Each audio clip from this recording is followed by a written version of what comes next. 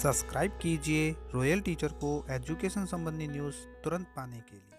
Lockdown में 15 मई तक शिक्षकों को मुख्यालय पर देनी होगी उपस्थिति।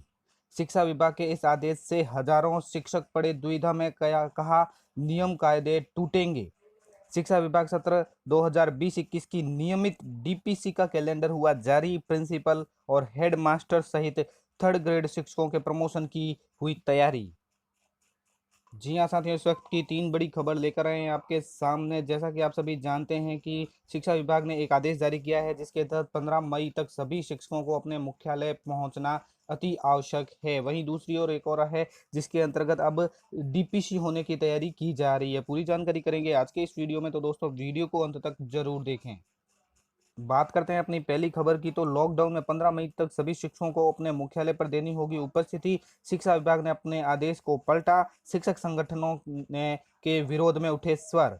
शिक्षा विभाग ने 15 मई तक मुख्यालय पर ज्वाइनिंग देने के आदेश जारी कर शिक्षकों में मुश्किल बढ़ा दी है। विभाग अपने ही पुराने आदेश से पलट गया, जिसको लेकर शिक्षक संगठनों में आक्रोश बढ़ने लगा।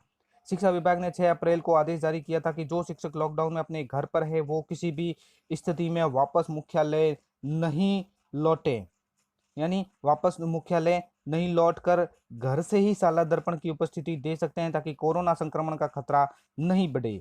अब विभाग ने हाल ही में नया आदेश दिया है कि 17 मई को खत्म होने वाले लॉकडाउन से पहले शिक्षकों को 15 मई तक अपने मुख्यालय पर उपस्थिति देनी होगी, जिसका अब शिक्षक संगठन भी विरोध कर रहे हैं। राजस्थान प्राथमिक व माध्यमिक शिक्षक संघ के लाल सिंह चौहान ने बताया कि लॉकडाउन में जहां घर से बाहर निकलने की पर कार्रवाई होती है, तो फिर लंबा सफर तय करने पर पुलिस कार्रवाई का सामना भी करना पड़ सकता है। वहीं दूसरी ओर पहले से ही जब बसों और ट्रेनों पर रोक है तो शिक्षक वापस मुख्यालय कैसे पहुंचेंगे। शिक्षकों ने नया सत्र शुरू हो उसी समय मुख्यालय पर भेजने की मांग की है।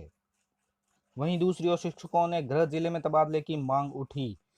15 मई तक मुख्यालय पर ज्वाइनिंग देने के आदेश के बाद अब शिक्षकों को गृह जिले में ट्रांसफर कर राहत देने की मांग उठी है। शिक्षक संघ राष्ट्रीय ने मुख्यमंत्री को इसके लिए पत्र लिखा है। जिला अध्यक्ष मीरचंद पाटीदार ने बताया कि कोरोना जैसी महामारी खत्म होने की एक निश्चित समय सीमा निर्धारित नहीं है।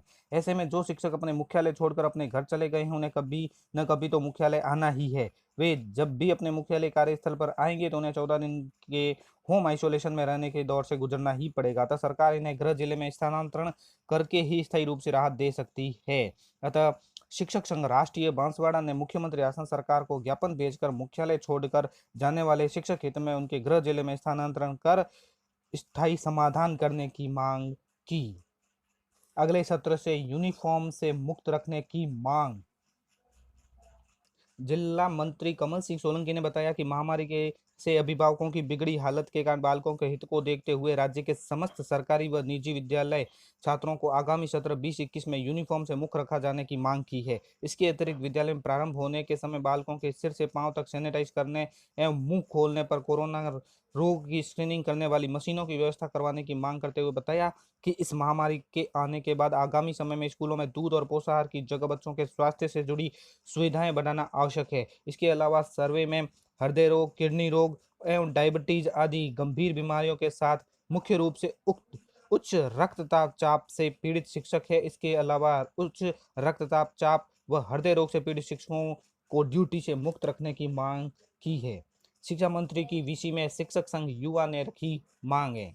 कोविड-19 महामारी को लेकर इन दिनों शिक्षा विभाग में आ रही विभिन्न समस्याओं तथा सुझावों के लिए शिक्षा मंत्री ने राजस्थान के सभी शिक्षक संगठनों के पदाधिकारियों से वीडियो कॉन्फ्रेंसिंग के माध्यम से बात की। राजस्थान शिक्षक संघ युवा के प्रदेश अध्यक्ष रामचंद्र आरसी जाखड़ व प्रदेश उपाध्यक्ष योगेंद्र बिलोनिया ने शिक्षकों की विभिन्न समस्याओं को मंत्री के सामने रखा। लगातार मुख्यालय पर ड्यूटी कर रहे शिक्षकों को ग्रीष्मकालीन अवकाश का लाभ देने तथा मुख्यालय छोड़कर गृह जिलों में गए शिक्षकों के लिए गृह जिले में ही ड्यूटी लगाने की मांग की है।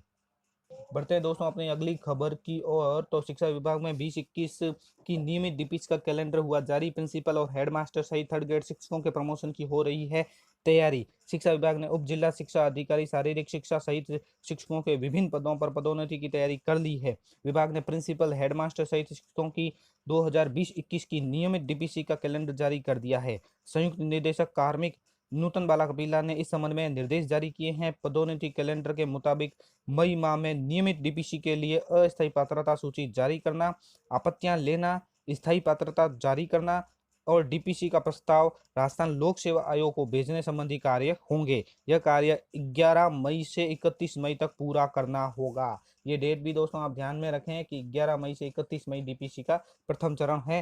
प्रथम चरण में 11 मई से 20 मई तक थर्ड ग्रेड और सेकंड ग्रेड शिक्षक पदोन्नति के लिए सूची तैयार हो जाएगी। कैलेंडर के मुताबिक थर्ड ग्रेड व सेकंड ग्रेड टीचर की डीपीसी के लिए 11 मई तक अस्थायी पात्रता सूची जारी की जाएगी। 15 मई तक इस अस्थायी पात्रता सूची के संबंध में आपत्तियां प्राप्त होगी। 17 मई तक आपत्तियों का निस्तारण कर स्थायी पात्रता सूची जारी की जाएगी और 20 मई तक नियमित डीपीसी के प्रस्ताव लोक सेवा आयोग अजमेर को भेजे जाएंगे। वहीं डिप्टी डीईओ फिजिकल सहित शिक्षा अधिकारियों की डीपीसी का कार्य 15 मई से 31 मई तक किया जाएगा। शिक्षा अधिकारियों की डीपीसी का शेड्यूल 15 मई तक अस्थायी पात्रता जारी करना, 20 मई तक अस्थायी पात्रता पर आपत्तियां प्राप्त करना, 25 मई तक आपत्तियों का निस्तारण कर स्थायी पात्रता जारी करना और 31 मई तक सभी पदों की नियमित डीपीसी के प्रस्ताव आरपीएससी को भिजवाना। बढ़ते हैं दोस्तों अपनी अगली खबर की ओर। तो इस शिक्षा विभाग के इस आदेश से हजारों शिक्षक पड़े दुविधा में, कहा नियम कायदे टूटेंगे।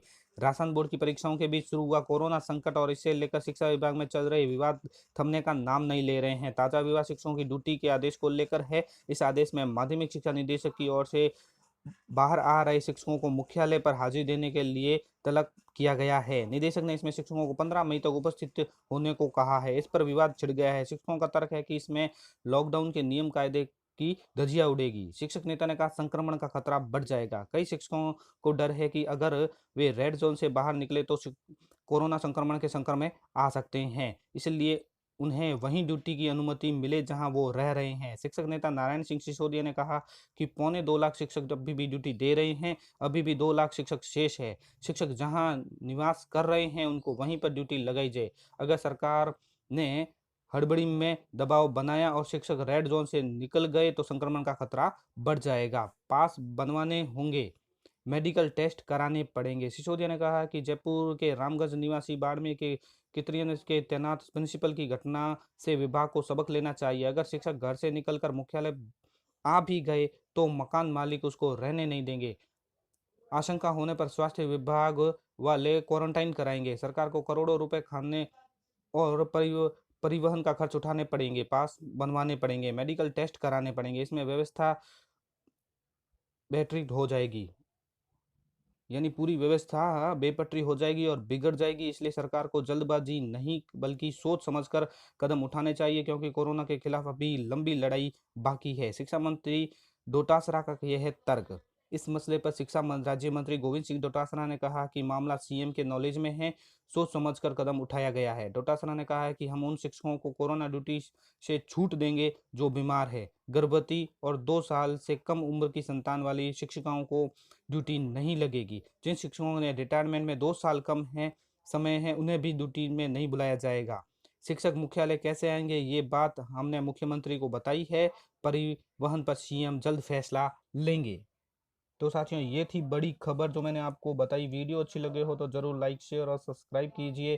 पास में आने वाले घंटी के बटन को जरूर दबाएं एजुकेशन संबंधी न्यूज़ तुरंत पाने के लिए।